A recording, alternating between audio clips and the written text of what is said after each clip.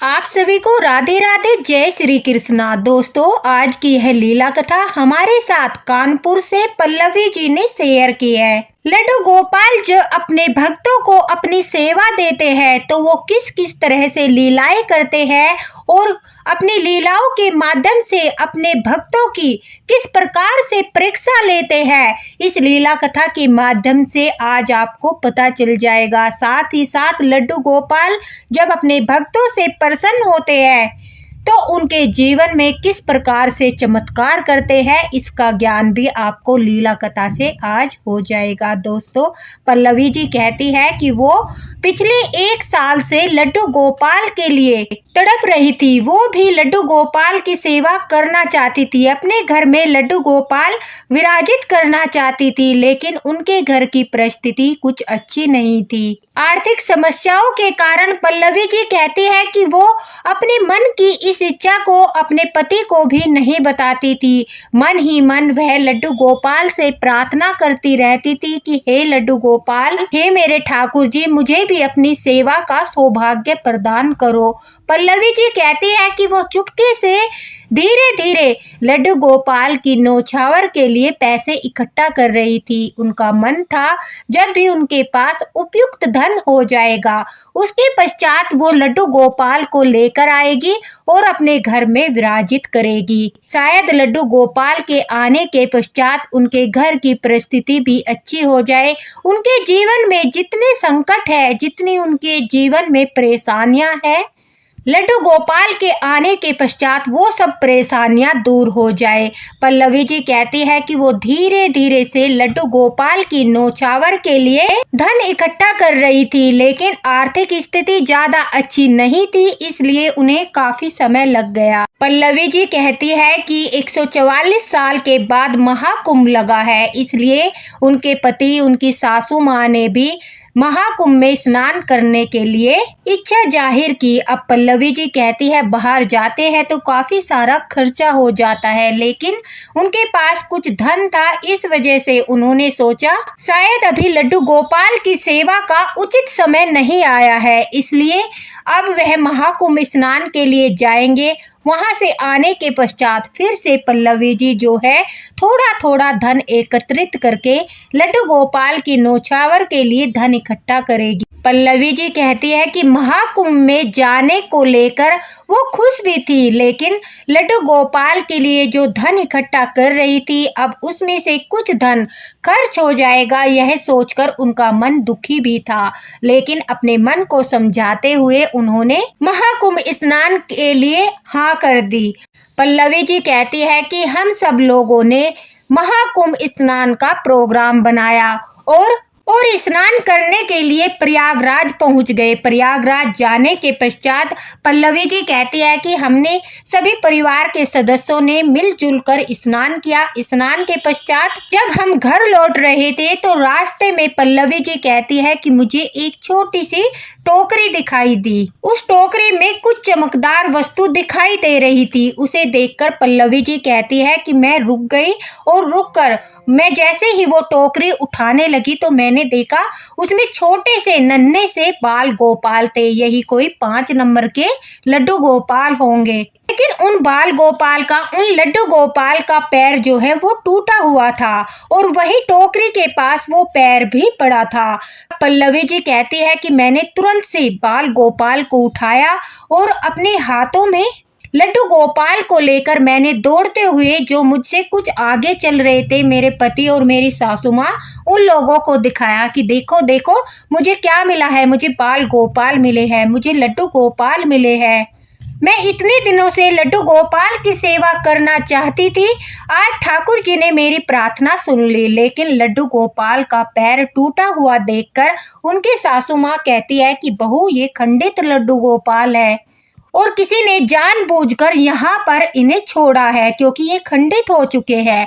कोई भक्त होगा जो स्नान कराने के लिए लड्डू गोपाल को लेकर आया होगा। भीड़ के कारण लड्डू गोपाल जो है वो खंडित हो गए होंगे और वो यहीं पर लड्डू गोपाल को प्रयागराज की भूमि पर छोड़कर चला गया है। खंडित लड्डू गोपाल की सेवा नहीं करनी चाहिए। अगर तुम सेवा करना चाहती हो, इतने समय से धन एकत्रित कर रही हो, कुछ समय और रुक जाओ, फिर नए लड्डू गोपाल लाकर उनकी सेवा करना। अब पल्लवी जी कहती है, मुझे अपनी सासू माँ की बातें बहुत बुरी लग रही थी। मुझे बहुत बुरा लग रहा था कि वो ठाकुर जी के लिए इस प्रकार से बोल रही है।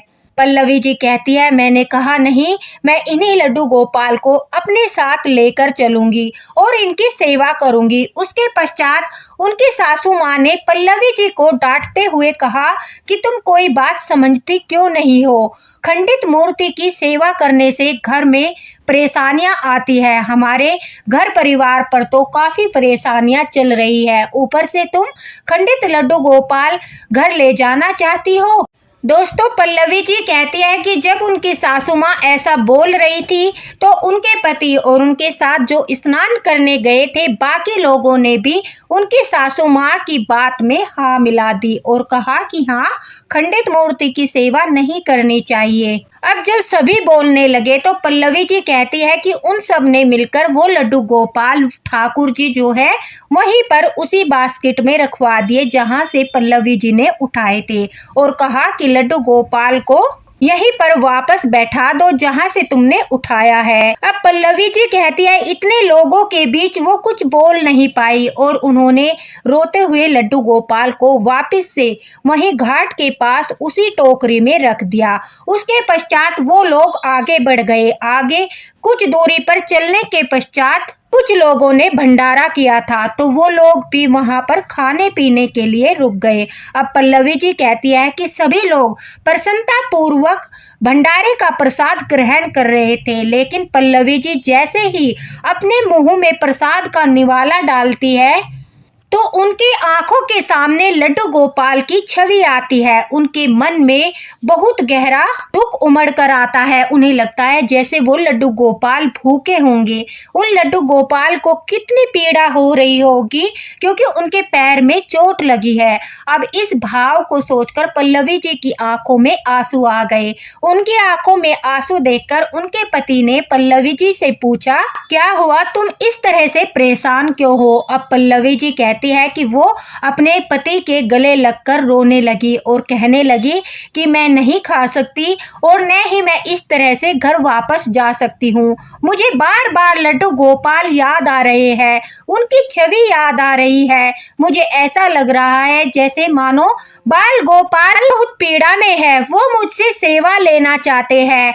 उनकी बात सुनकर पल्लवी जी कहती है, उनके पति ने कहा कि चलो, अगर तुम्हारा इतना मन है, तुम लड्डू गोपाल की सेवा करना चाहती हो और तुम्हारा मन इतना दुखी हो रहा है, चलो वापस चलो, हम लड्डू गोपाल को लेकर आते हैं। उस पर पल्लवी जी कहती है, मैंने कहा कि फिर मम्मी जी फिर से गुस्सा करेगी और अगर घर जाते ही कुछ बुरा हो गया तो वो ठाकुर जी को दोष देगी। अब उनके पति ने कहा कि जो होगा देखा जाएगा। अब हम लड्डू गोपाल को लेकर आते हैं। दोस्तों, एक स्त्री को थोड़ा सा बस सपोर्ट चाहिए अपने जीवन साथी का, वो सारी परेशानियों से लड़ लेती है। शायद यह ठाकुर जी का ही चमत्कार था कि उनके हस्बैंड का जो है मन एकदम से परिवर्तित हो गया। उन्होंने लड्डू गोपाल को ले जाने के लिए हाँ कर दी। अब पल्लवी जी कहती है कि वो दोनों पति पत्नी चुपके से वहीं घाट पर गए। वहां से उन्होंने लड्डू गोपाल को उठाया और पल्लवी जी ने अपने पर्स में लड्डू गोपाल को आराम से लिटा लिया। उनका जो पैर टूटा हुआ था वो वहीं पर था, उसको भी उठाकर पल्लवी जी ने अपने पर्स में रख लिया और जो टोकरी थी उसे वहीं पर नदी में विसर्जित कर दिया। अब पल्लवी जी कहती है कि इस बात के बारे में उन्होंने अपनी सासू माँ को कोई जिक्र नहीं किया। उनके पति ने भी इस बारे में कुछ नहीं कहा। जब वो दोनों लौटकर आए, सभी लोगों ने पूछा कि वे वो कहाँ गए थे, तो उन्होंने बहाना बना दिया कि वो दोनों कुछ दूरी पर टहलने गए थे। अब वो लोग घर की तरफ चलने लगते हैं। जब वो लोग स्टेशन पर जा रहे थे तो पल्लवी जी कहती है कि वो सभी जो है रोड क्रॉस कर रहे थे। जब वो लोग रोड क्रॉस कर रहे थे तो अचानक से झटके से उनके हस्बैंड जो है रोड के दूसरी साइड जाकर गिरते हैं और वहां पर बड़ी तेजी से एक गाड़ी गुजरती है। पल्लवी जी कहती है कि उन सब की सांसें थम जाती है और वो एकदम से घबरा जाते हैं, लेकिन वो गाड़ी इतनी स्पीड से गुजरती है, उसके गुजरते ही पल्लवी जी, उनकी सासू माँ, बाकी के लोग दौड़कर रोड की दूसरी साइड जाते हैं जहां पर पल्लवी जी के पति गिरे थे।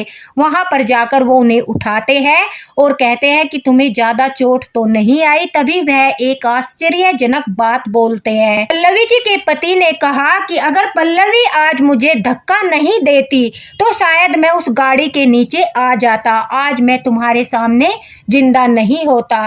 पल्लवी जी ठीक अपने पति के पीछे अपनी सासू माँ का हाथ पकड़कर रोड क्रॉस कर रही थी, लेकिन दोस्तों उन्होंने अपने पति को धक्का नहीं दिया था। वह यह बात सुनकर काफी आश्चर्यचकित थी, लेकिन उस समय वो लोग इतने सदमे में थे कि पल्लवी जी कुछ बोल नहीं पाई, बस अपने पति की बातें सुनकर आश्चर्यचकित हो रही थी क्योंकि उन्होंने अपने पति को धक्का नहीं दिया था। अब वो सिर्फ और सिर्फ भगवान का शुक्रिया कर रहे थे कि उनकी कृपा के कारण जो है उनके पति की जान बच गई। सभी लोग घर आते हैं। पल्लवी जी कहती है घर आने के पश्चात जब वो अपने पर्स से लड्डू गोपाल को निकालती है और लड्डू गोपाल को निकालने के पश्चात उनकी सासू माँ ठाकुर जी को देखती है तो वो अचानक से गुस्सा करती है और कहती है कि तुम अपनी मनमानी करती हो, मेरे मना करने के बावजूद भी तुम लड्डू गोपाल को लेकर आई हो। और पल्लवी जी के साथ जो है झगड़ा करने लगती है और जो एक्सीडेंट हुआ था उसका दोषी वो ठाकुर जी को ठहराने लगती है कि देखा किस प्रकार से तुम्हारे पति की जान पर बन आई थी। मैंने पहले ही कहा था कि खंडित लड्डू गोपाल घर लेकर जाओगी तो कुछ अशुभ अवश्य ही होगा। इस पर पल्लवी जी को गुस्सा आता है और वो अपने पति से कहती है क्या आपको पता है मैंने आपको धक्का नहीं दिया था, वो स्वयं ठाकुर जी थे जिन्होंने आपके प्राणों की रक्षा की। उस समय मैं कुछ नहीं बोल पाई क्योंकि मैं लड्डू गोपाल के बारे में मम्मी जी को नहीं बताना चाहती थी। मैंने सोचा उचित अवसर आने पर मैं यह सब आप लोगों को बताऊंगी।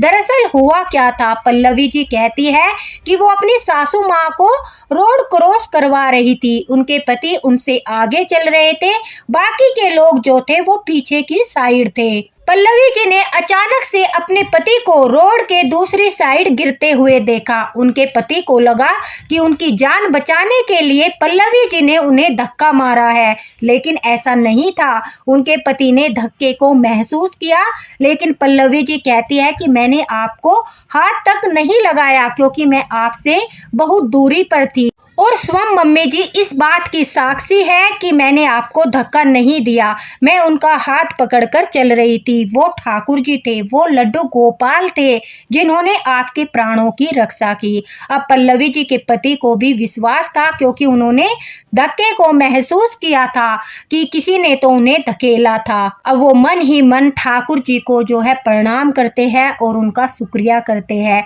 पल्लवी जी की बात सुनकर उनकी सासू माँ कुछ समय के लिए चुप हो जाती है। अब पल्लवी जी कहती है कि वो अपने पति से कहती है कि आप पता लगाइए, कोई अगर ठाकुर जी का श्रृंगार करता हो तो वो अवश्य ही हमारे लड्डू गोपाल जी का पैर ठीक कर देगा। उनकी बात सुनकर उनके पति ने पता लगाना शुरू कर दिया। काफी जगह फोन लगाए और पता किया कि क्या कोई ठाकुर जी का श्रृंगार करता है। तब तक पल्लवी जी कहती है उन्होंने लड्डू गोपाल के पैर पर एक कपड़ा बांधकर उनके पैर पर मालिश की और उन्हें प्रेम के साथ जो है अपने मंदिर में आसन लगाकर वहीं पर लिटा दिया, ठाकुर जी को आराम करा दिया।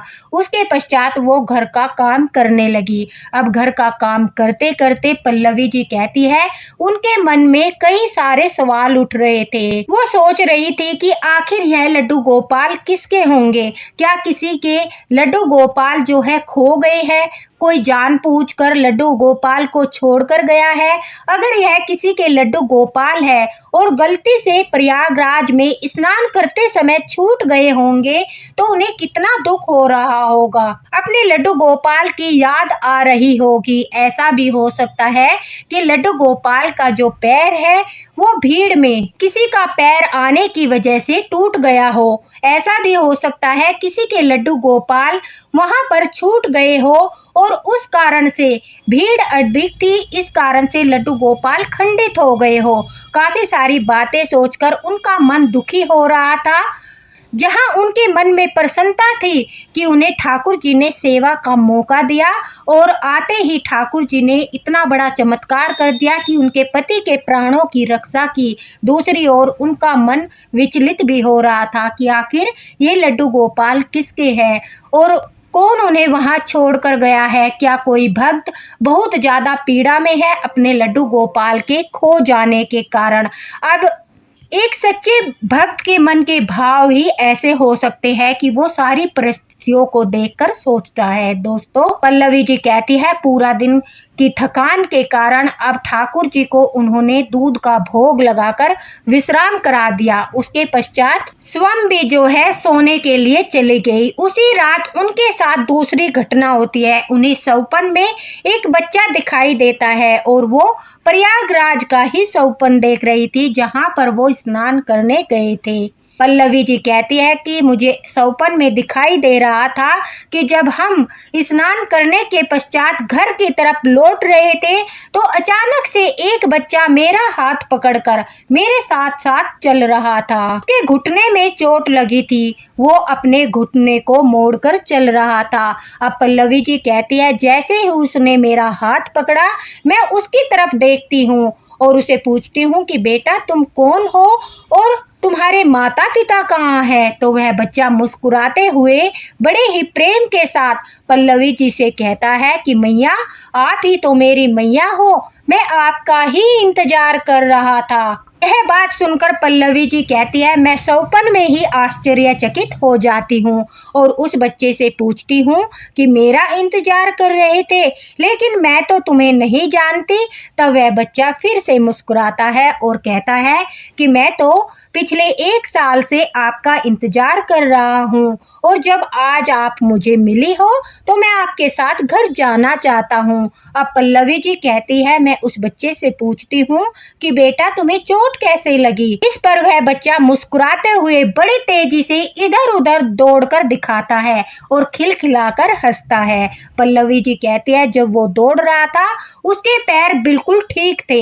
मैंने कहा कि अच्छा तो तुम मेरे साथ शैतानी कर रहे थे, तुम्हें तो चोट नहीं लगी है, तुम्हारे पैर तो बिल्कुल ठीक है। तब वह बच्चा कहता है कि हाँ मैया मेरे पैर बिल्कुल ठीक है, मैं तो देख रहा था कि आप इस अवस्था में मुझे अपने साथ लेकर जाओगी या फिर मुझे यहीं पर छोड़ जाओगी। आप मुझसे सच्चा प्रेम करती हो या फिर दिखावा करती हो, मैं तो आपके साथ लीला कर रहा था। उस बच्चे के ऐसे बोलते ही पल्लवी जी कहती है मैंने प्रेम के साथ उसे अपनी गोदी में उठा लिया। उसकी छवि इतनी प्यारी थी, इतनी सुंदर थी कि मन को मोह रही थी। पल्लवी जी कहती है अचानक से मेरी आंखें खुल गई और मुझे सब बातें समझ आ गई कि ये लड्डू गोपाल ने मेरी परीक्षा ली थी कि मेरे भाव सच्चे हैं या फिर सिर्फ मैं दिखावे के लिए लड्डू गोपाल की सेवा करना चाहती हूँ। वो देखना चाहते थे कि अगर लड्डू गोपाल का जो स्वरूप है, जो विग्रह है, वो खंडित होगा तो क्या मैं लड्डू गोपाल की सेवा के लिए उन्हें घर लेकर जाऊंगी। वो मेरी परीक्षा ले रहे थे कि मेरे भाव सच्चे हैं या सिर्फ मैं दिखावे के लिए सेवा करना चाहती हूँ। अब पल्लवी जी कहती है मुझे सब कुछ अच्छे से समझ आ रहा था कि ठाकुर जी परीक्षा ले रहे थे और यह बात सच होती है। दोस्तों, एक तो ठाकुर जी की सेवा हमें जब मिलती है, हमारे कुछ कर्म अच्छे होते हैं और हमें ठाकुर जी अपनी सेवा के लिए उन कर्मों के बदले चुनते हैं। हमें हमारे कर्मों का फल देकर हमें अपनी सेवा का सौभाग्य प्रदान करते हैं। दूसरा, ठाकुर जी जब हमारी परीक्षा लेते हैं और हम उस परीक्षा में सफल हो जाते हैं, उसके पश्चात हमें ठाकुर जी की सेवा मिलती है। ठाकुर जी हमारे घर आने से पहले हमारी परीक्षा अवश्य लेते हैं कि हम उनकी सेवा करने योग्य है या नहीं है, हमारे भाव उनके प्रति सच्चे हैं या फिर हम दिखावे के लिए उनकी सेवा करना चाहते हैं। क्योंकि लड्डू गोपाल की सेवा मिलना बहुत ही बड़े सौभाग्य की बात होती है। पल्लवी जी कहती है, अगली सुबह जब हमें पता चला कि हमारे आसपास ये लड्डू गोपाल का श्रृंगार एक भैया करते हैं, हम अपने बाल गोपाल को वहां पर लेकर गए और कुछ समय के पश्चात जब उन्होंने लड्डू गोपाल का श्रृंगार कर दिया और पल्लवी जी के पति लड्डू गोपाल को घर लेकर आए, वह कहती है उन्हें अपनी आंखों पर विश्वास नहीं हुआ। उनके लड्डू गोपाल एकदम नए विग्रह जैसे लग रहे थे। उनके पैर को देखकर पता भी नहीं चल रहा था कि उनके पैर में चोट लगी थी। वो इतने सुंदर लग रहे थे श्रृंगार के बाद, जैसे कि अभी अभी वो उनकी नौछावर देकर लड्डू गोपाल को खरीद कर लाई हो। उन्हें अपनी आंखों पर विश्वास नहीं हो रहा था। लड्डू गोपाल का रूप इतना सुंदर, इतना मनमोहक था। अब लड्डू गोपाल को देखते ही पल्लवी जी कहते हैं उनकी आंखों में आंसू आ गए। उन्होंने बड़े ही प्रेम भाव के साथ लड्डू गोपाल को पंचामृत से स्नान कराया और अपने मंदिर में विराजित किया। उन्हें विश्वास नहीं हो रहा था कि जिन लड्डू गोपाल के लिए वो पिछले 1 वर्ष से पैसे इकट्ठा कर रही है, लड्डू गोपाल स्वयं सेवा लेने आए हैं और इतनी बड़ी लीला करके वो ठाकुर जी उनकी परीक्षा लेने के पश्चात उनके घर में आकर विराजित हुए हैं। पल्लवी जी कहती है, लड्डू गोपाल को विराजित करने के पश्चात हमारे जीवन में चमत्कार होना शुरू हो गया। काफी दिनों से मेरे हस्बैंड जिस ऑर्डर के लिए मेहनत कर रहे थे और उन्हें पैसे की तंगी की वजह से वो ऑर्डर नहीं मिल रहा था, क्योंकि हमारा खुद का व्यवसाय है। पल्लवी जी कहती है, ठाकुर जी को विराजित करते ही मेरे पति को वह ऑर्डर मिल गया और उन लोगों के साथ जो डील हुई उसमें यह तय हुआ कि हम माल बेचने के बाद पैसा धीरे धीरे इकट्ठा करके देंगे और वो इस बात के लिए राजी हो गए। अब उनकी सासू माँ को भी विश्वास हो गया था कि लड्डू गोपाल के प्रति भाव सच्चे होने चाहिए। ठाकुर जी जो होते हैं, लड्डू गोपाल जो होते हैं, वो कभी खंडित नहीं होते। हमारे मन में ऐसा भाव नहीं होना चाहिए अगर लड्डू गोपाल को चोट लग जाती है कि हम इन्हें विसर्जित कर देते हैं और दूसरे लड्डू गोपाल लेकर आते हैं, बल्कि दोस्तों लड्डू गोपाल का उपचार कराना चाहिए। इस प्रकार से हम अपने बच्चों के प्रति भाव रखते हैं, उन्हें घर से बाहर नहीं करते। उसी प्रकार से लड्डू गोपाल के प्रति अगर हम सच्चा भाव और प्रेम रखते हैं तो वो चमत्कार अवश्य ही करते हैं, लीलाएं भी करते हैं। और उनकी लीलाएं ऐसी होती है जिन्हें सुनने के बाद, देखने के बाद जो है वो हर भक्त का मन मोह लेते हैं। देखिए किस प्रकार से ठाकुर जी ने कैसी लीला रची कि परीक्षा के बाद वो अपनी सेवा देने पल्लवी जी को स्वयं आए। पल्लवी जी का भाव बिल्कुल सच्चा था, लड्डू गोपाल के प्रति उनकी तड़प सच्ची थी और वो सच्चे मन से ठाकुर जी की सेवा करना चाहती थी। तो इसलिए ठाकुर जी ने पहले उनकी परीक्षा ली और जब वो परीक्षा में सफल हो गई तो अपनी सेवा का सौभाग्य प्रदान किया। दोस्तों कमेंट बॉक्स में अपने भाव जरूर शेयर करना। क्या आपको भी लगता है कि ये सब हमारे लड्डू गोपाल की ही लीला थी? ये सब हमारे ठाकुर जी की ही लीला थी, क्योंकि जब वो अपने भक्त को चुनते हैं तो उसकी परीक्षा अवश्य ही लेते हैं। हमारे घर में ठाकुर जी को विराजित करने के पश्चात अगर हमारे जीवन में कोई दुख आता है तो दोस्तों हमें कभी भी ठाकुर जी को दोष नहीं देना चाहिए कि हे ठाकुर जी आप हमारे घर में विराजित हो और हमारे साथ यह बुरा हो रहा है, बल्कि उन पर अटूट विश्वास रखना चाहिए, श्रद्धा रखनी चाहिए।